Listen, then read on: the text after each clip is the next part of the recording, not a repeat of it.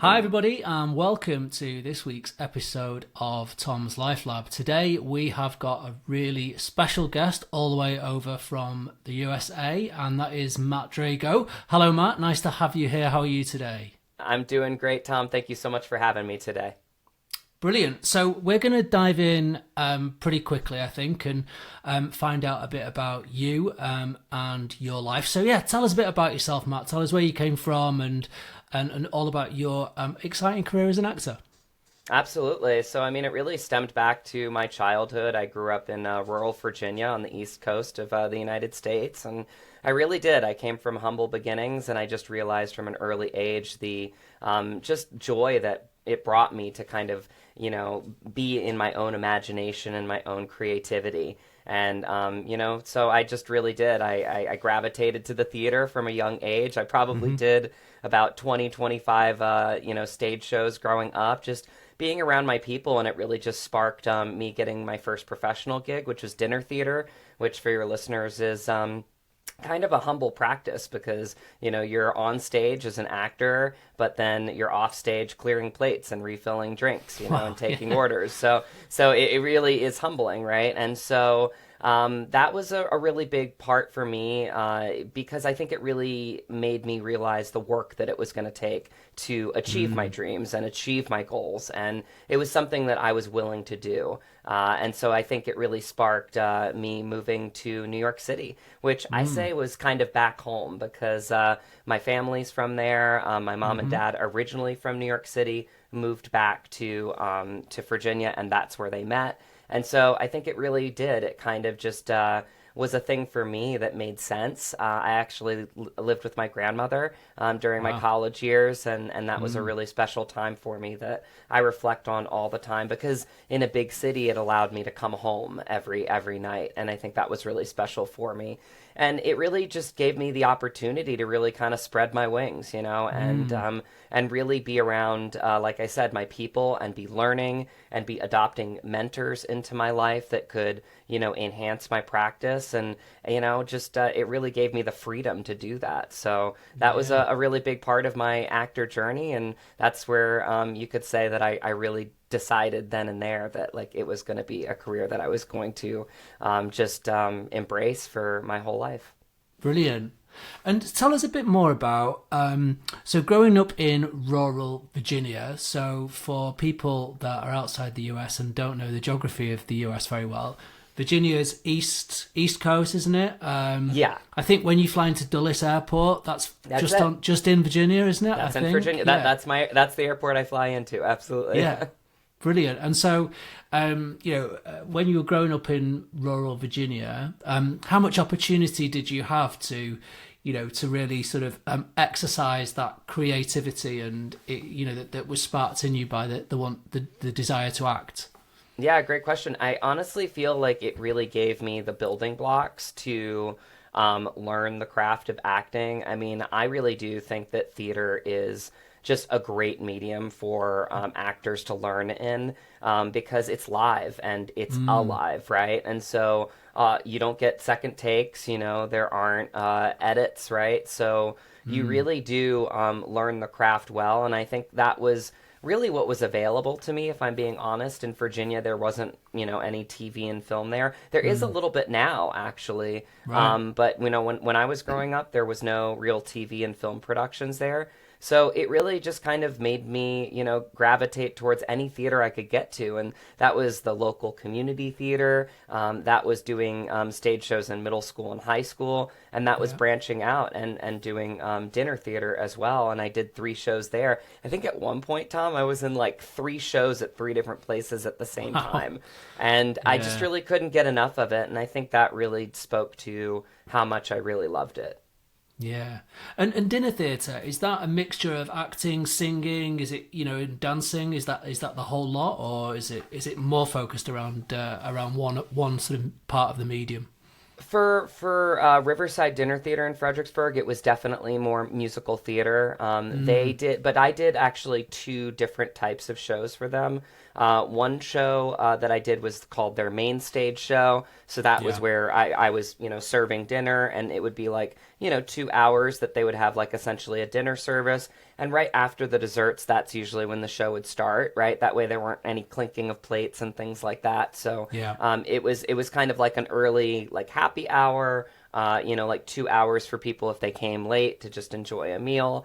And then the show would start after that. But I also did two children's shows there. I played Right. Mowgli in the Jungle Book. I played Hansel and Gretel. And that was, like 9 a.m., right, on a Saturday. And that was a little bit different because, those would be like, little box breakfasts or lunches or whatever. And, basically the show would just go, right? Because Yeah. like kids are going to be eating, they're going to be dancing, they're going to be, enjoying it. And that was a great, learning experience for me too, because really for performing for kids, you got to bring the energy. If you're not Oh, I bringing the bet. energy, they're not gonna give it to you back. So I Yeah. found ways to be creative in it. I remember a story for Mowgli in the Jungle Book. And just because, I was, like a child of the jungle, right? I actually talked to the director pretty early on, and I said, what would actually be really cool is if we started the show and I'm in the back of the audience and they don't even know I'm there. And, Yeah. then I'm interacting with the kids right away. So that way, when I'm on stage, kind of singing the final note of the song, I'm center stage. And it's like, oh my God, that's so great. So I feel like I always had like that collaborative essence to me Yeah. as an artist. And I just really continue on with that real just love and joy of collaboration to this day. Yeah. Oh, look, I mean, I love your bravery, and I'd love to be able to get up on stage and sing, but I suspect the audience wouldn't enjoy it so much. So you talked about going to college. Where did you go to college? Was that in New York as well, or? I did. I got to go to Marymount Manhattan College. I got a half ride there, so it saved me a little bit of money on my acting Right. degree. And yeah, I pursued that, getting a acting degree, a musical theater minor, while I also was really honestly just taking in a lot of different masters of craft. I was finding mentors out of college as well. I studied with the great Ron Shetler, who is a phenomenal voice teacher. Really taught me how to really just kind of fit my voice to different productions. Because you have to remember, as a Broadway singer, I mean, you can be doing legit Broadway theater, like your Les Mis, your Phantom of the Opera. You could be doing more pop rock theater. There were a lot of things coming to Broadway, like Spring Awakening. You could even be doing like silly voices, like Avenue Q. I was up for Avenue Yeah. Q, which is the puppet show that Yeah. won the Yeah. I've Tony seen it. Award. Right. Yeah. So it was really just kind of about learning how to tailor my voice to different shows. I also studied with Michael Levine, who is a well-known audition coach, because he really did know how to just kind of like, give the casting directors what they might be looking for, because he knew a lot of them. And then I also studied with the great Terry Schreiber, who in Chelsea, and he really became like a grandfather to me. He is just a true lover of actors, and he really, like, what I loved most about Terry is he let you find your own process by just kind of giving you everything and seeing Yeah. what would work uniquely with you. And I think that's actually really been a big part of my life and my career, is that I adopt different strategies to different characters.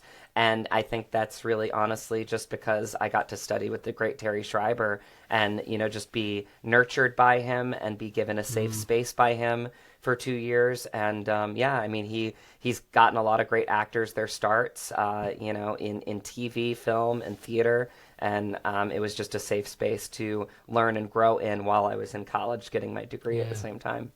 Brilliant. You tell such a good story, by the way. Really entertaining to listen to. So when did you leave New York and then head over to the West? Because you're in the West Coast now, aren't you? You're over I there, am. following your career there. So what happened there? Yeah, so it actually goes back to Terry Schreiber's studio. I really was, struggling at a point where I was really close to a lot of Broadway shows, and I mean like final callbacks, like, and Mm. sometimes that's a lot harder than, going to an audition and just not being right for it, and then you move on to the next one. This was a situation where I felt like, I just was getting down on myself because I was getting so close. And I was Mm. putting all the work in and really all the money and time in because, at that point I was out of college. I was, bartending sometimes till 4 in the morning, which means I'd be getting back at 5:30. Some of these auditions would be at 9:30 in the Yeah. morning. So really not sleeping and just really like trying to push for, a break in my career.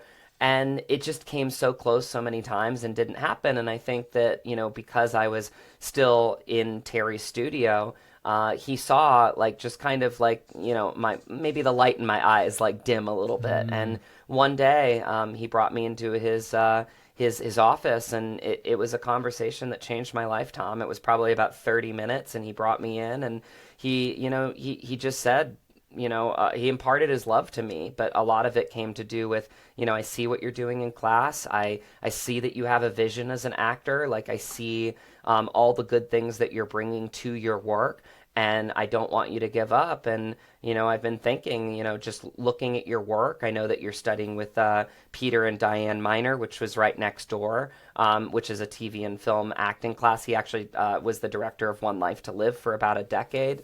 So I Hmm. was learning from him from the same time. And he said, maybe you should give LA a shot. Maybe, TV and film could be a really great medium because I see your work and I feel like your work could really translate to TV and film.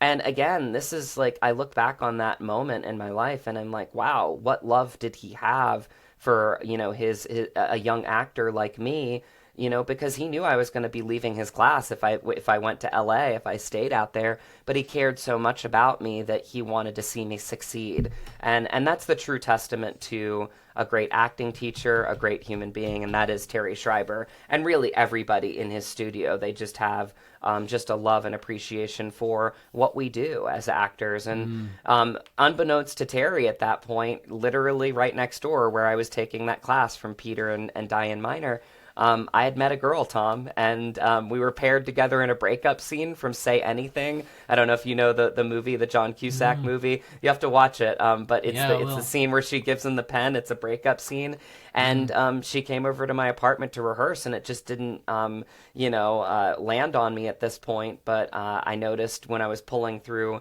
the call sheet that we had the same area code in Mm. Virginia, a 540 area Wow. code. And I looked at her at that moment on 79th and Broadway because she's over at my grandmother's apartment. And I literally said, where are you from in Virginia? Because I have a 540 area code too. And she looked at me at that moment and she said, Front Royal. And I said, excuse me? She said, Front Royal, Virginia. Have you heard of it? And I looked at her in that moment again on 79th and Broadway and I said, I'm from Front Royal.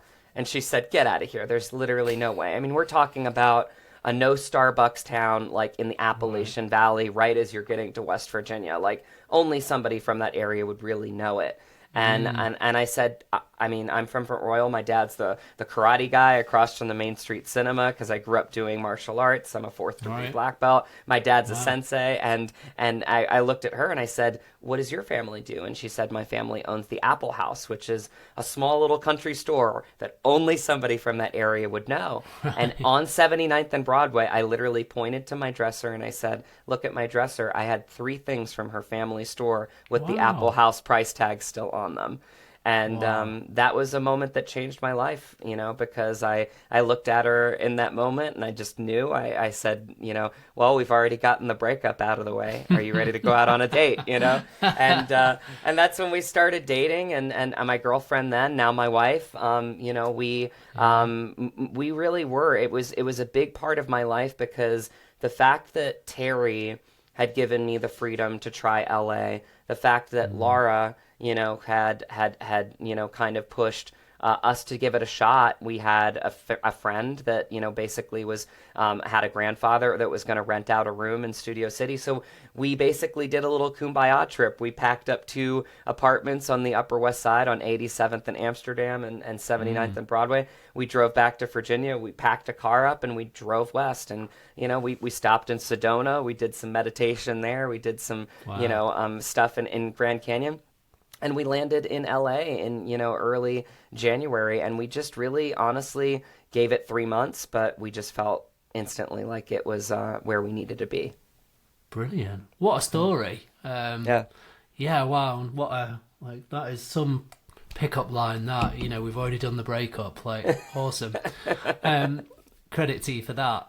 Thank you. So, so, acting, you've already touched on this a little bit, that, very competitive business, lots of knockbacks, and you talked about Terry saying that you'd sort of lost that spark in your eye and you got it back. But how do you deal with that? That sort of constant, always auditioning, always looking for the next job, and potentially some of the knockbacks that you might get. So I think in my evolution, it's definitely changed, if I'm being honest. I think when you are a little bit younger, and I'll tell people from my mindset, because hopefully it would help them, maybe adopt the strategy I have now a little bit sooner, right? I felt like when I was auditioning in New York City, I loved being around my people. I mean, first of all, I would go to the Actors Equity Building, which for your listeners is the Broadway Union. And even when I was non-union, I would stay there sometimes like 6, 8 hours to audition for, any touring shows, anything that was on Broadway. And again, you're waiting sometimes 2, 3, 4, 5, 6 hours to sing 16 bars in front of the casting director, and then wait for the next one. And there were days where sometimes I didn't audition at all. And most people would consider that a failure, right? Because you're spending so much time and you're not even auditioning. Well, I got to have great conversations with fellow actors. There were people that are very successful now that used to be hanging out at Actors Equity. Like I used to see Lin-Manuel Miranda, like literally hanging out, around Actors Equity. So I mean, like it was really those types of artists that you really wanted to be around, because you never know what path somebody's going to take. And so we, a lot of us, like I know those faces now, and I know them then when we were just kind of all trying to figure it out and figure out what our path was going to be. And so those are special times for me, even though, maybe I wouldn't get to audition. I showed up, and I think that's part of it.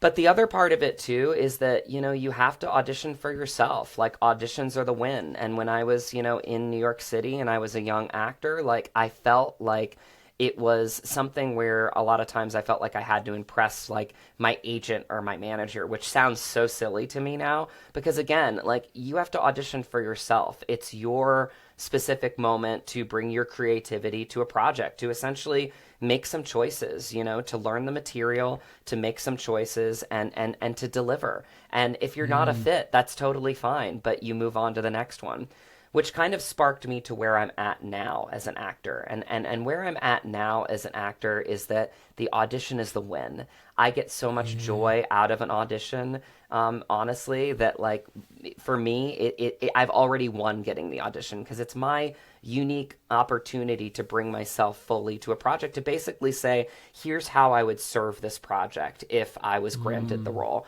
And I don't even say booking the role anymore. I say granted the role, because I believe that the roles that are meant for you will find you in some way. And so, for me, I've adopted this strategy where I love the audition. I make some choices. It's joyous for me. I get excited about it. And then, the hardest part comes, but I've gotten really good at it. Just let it go. Because again, you have no control after that. But I think if you do your work, I think if you are passionate about the work, I think if you are a collaborator and when you show up to set, you show that you are there to be an actor as part of the team that's serving the material, that's serving the director, that's serving the writer, the producers, the crew, the people that are really busting their butts to make this production happen.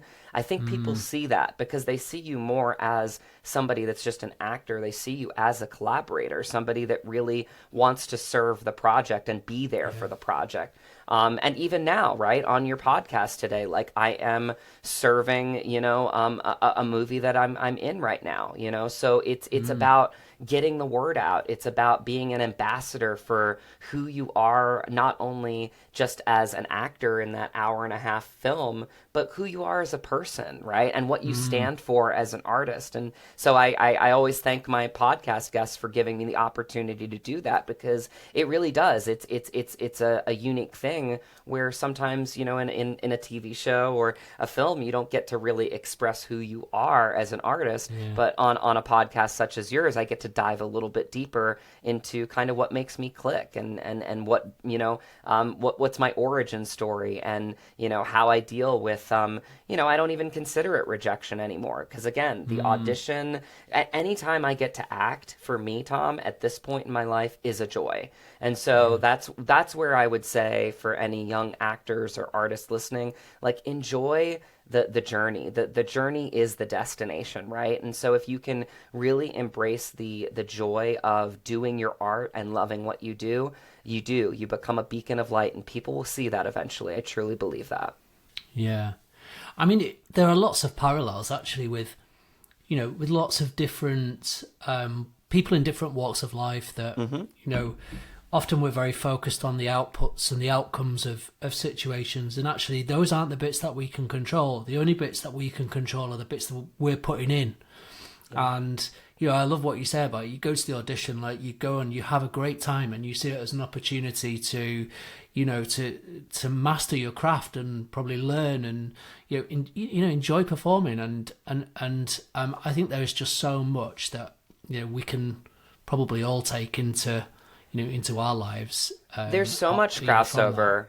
Yeah, that is so astute. I mean, there's so much crossover. I really do think that, especially in our country, in America, like, there's so much that you can learn from theater, from acting, from being artistic. And while they're defunding, like, education right now in our country, it's terrifying, because, again, art is something that is human. It's uniquely human. I mean, you're talking to an artist, but, like, I am an ambassador for art, because I believe that art really connects you with your humanity. It connects you to the human experience, to your own psyche. I think that we are all better when we are connected to our own humanity, our own psyche. If we disconnect from that and we're only, right brain thinking, then we lose a part of ourselves. So, we really do. Art is the ultimate self-practice. And I say, to you or anybody listening, like, pick up something artistic. Like, it will be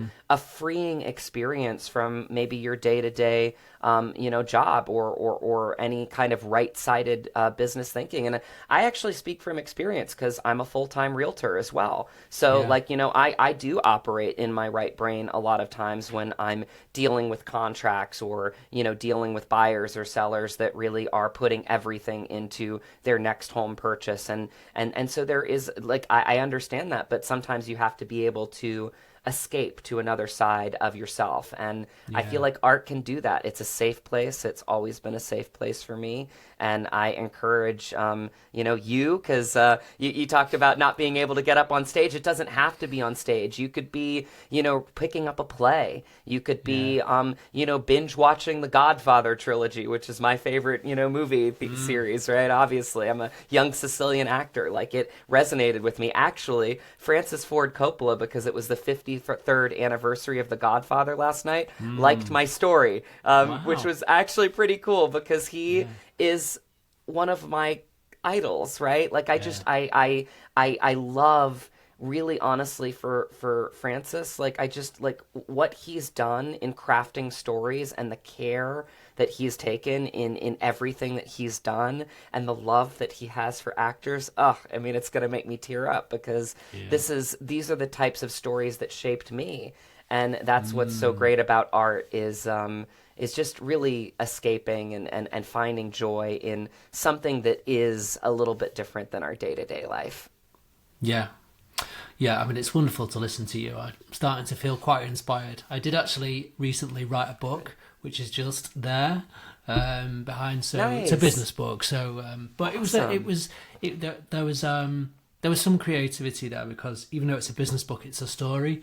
And so it sort of gave me an opportunity, I think, to be a bit creative. And but it was difficult to do. You sort of have to put yourself out there and put yourself up for the rejection, if people don't think it's very good. And that's, sort of what I was thinking about when you were talking about, you go to these auditions, like you love it, you enjoy it, and like, that doesn't really matter as much then if you get rejected at the end of it, because you've enjoyed it, you've learned from it. Awesome.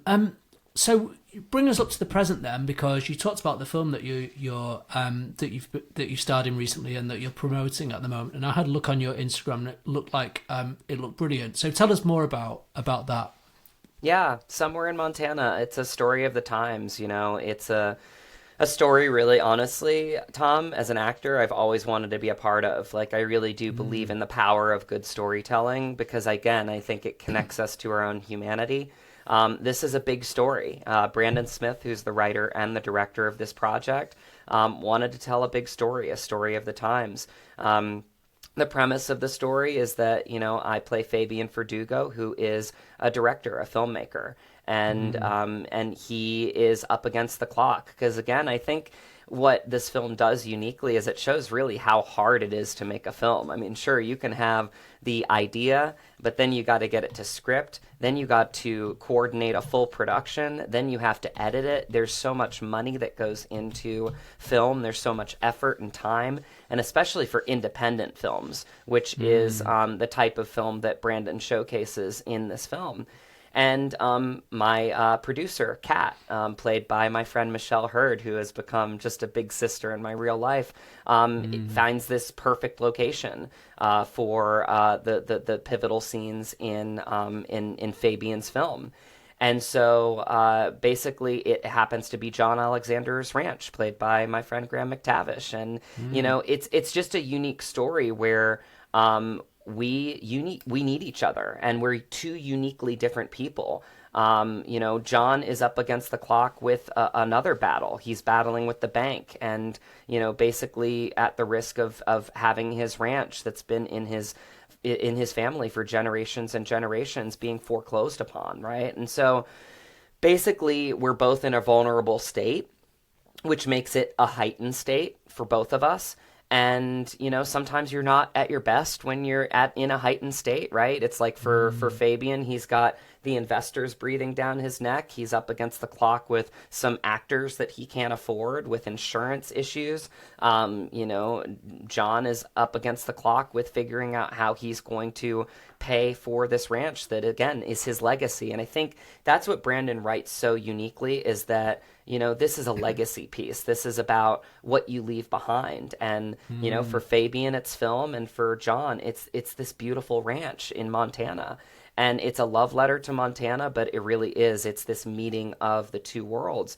And I think it really dives into, really just kind of this idea of, mutual respect. And for me, Matt, I mean, respect is the highest form of love that I believe that you can give another person. And I think it really dives into that, because what Brandon does in this script and in this story is that he writes both, the lead characters of Fabian and John as the protagonists and antagonists of the same story, where isn't that true of life? Like, we are, good people, but sometimes we antagonize each other, and sometimes we don't even understand why. And I think that's really a story that needs to be told. And again, we, as the story progresses, we work through our differences. We have a 10-page scene that is just Graham and I, where it is, a hot button topic conversation, and we go there, but we, a lot of the story and the storytelling aspect of this, I credit to Brandon and Eden Matson and Joe Borden, our producers, because they gave us so much space as actor and crew, because we were interchangeable, to really get to know each other and to understand from the beginning that we were telling a story that was bigger than all of us. And I think because of that, we really took a lot of responsibility in it, and it really didn't matter who had what part. We were all in it really together. And, these conversations that I would have, with the actors, offset, whether it be Jonathan Stoddard or Kate Orsini or, Tasha Gates, Kaylee Macchio, of course, Graham or Michelle, they really did create this dynamic of the storytelling that you see on screen. Because Graham and I had very, deep conversations about this 10-page scene. We knew it was coming up, and we didn't want to fall into any of the actor traps. We didn't want it to feel too precious, too actory. We wanted it to be a conversation like two men, like we're having right now, Yeah. just very direct, very grounded. And, same thing with Michelle and I call her a big sister, but it is interesting that, a producer to a director really does become kind of a sibling relationship in many ways. And so, the producer is the one that can say, no, we need this. Like, because a lot of times the director is very left brain. They're like thinking, well, I got to have this. And, going back to Francis Ford Coppola, like with The Godfathers, it's kind of the same thing, where he was pining to the producers all the time and the network execs to make sure that he could get this location or make sure that he could shoot these scenes in Sicily. And it's because the vision is so important to him. It's what lives on past him, and that actually is very much who I adopted. Ironically, he liked my story last night, and it's pretty powerful for me because I adopted a lot of him into the role of Fabian Verdugo because I saw growing up the passion that Francis Ford Coppola had for the collective work. It was everybody's film, it's not just his film, it's everybody's film. Like everybody is part of it, and he wants to do honor to everybody that is putting their hard work into this project, that everybody can be proud of it at the end of the day. And so that's a lot of what I adopted into Fabian, because as you see from the trailer, I'm very passionate, but don't get that confused with being a diva, don't get that confused with like somebody that's just fighting for something. And sometimes when you fight for something, you're passionate, right? Because again, you're not just fighting for yourself, you're fighting for everybody. And one thing as you see the film, you'll see is that like he'll go down with his own ship. Like he cares about everybody deeply on his set. These are his family members that, and so I really did. I adopted. It's so funny that, I connected a little bit with Francis Ford Coppola last night because he is somebody that I've obviously always admired as a young actor, a young Sicilian actor from New York City. But it's because I also just came off of a role where I really did adopt, his true passion and love of craft. And I think most of it is that he really does. He feels everybody on set, and he wants everybody to be proud, and he wants everybody to be together. And that's hard to do. You take a lot of the weight as a director. But I give all the credit in the world to our director and our producers for Somewhere in Montana, because it really did. They gave us the space to just be this real collective unit and to really get to know each other. And again, to be proud of telling a story that was bigger than all of us. Yeah. I mean, you can hear the passion and the pride in your voice, and I'm looking forward to seeing it. We will definitely provide links in the show notes of where people can go and find out more about the film, about the movie. What's next for you then? So, you talked about being a full-time realtor, and you're doing acting as well. Is the dream to become an actor full-time? Or are you happy doing both, or what's the plan? Absolutely. I mean, the plan is that I would love to get to the point where, I'm auditioning constantly, that my team, because I have, agent managers that, are fighting for me to get into rooms right now.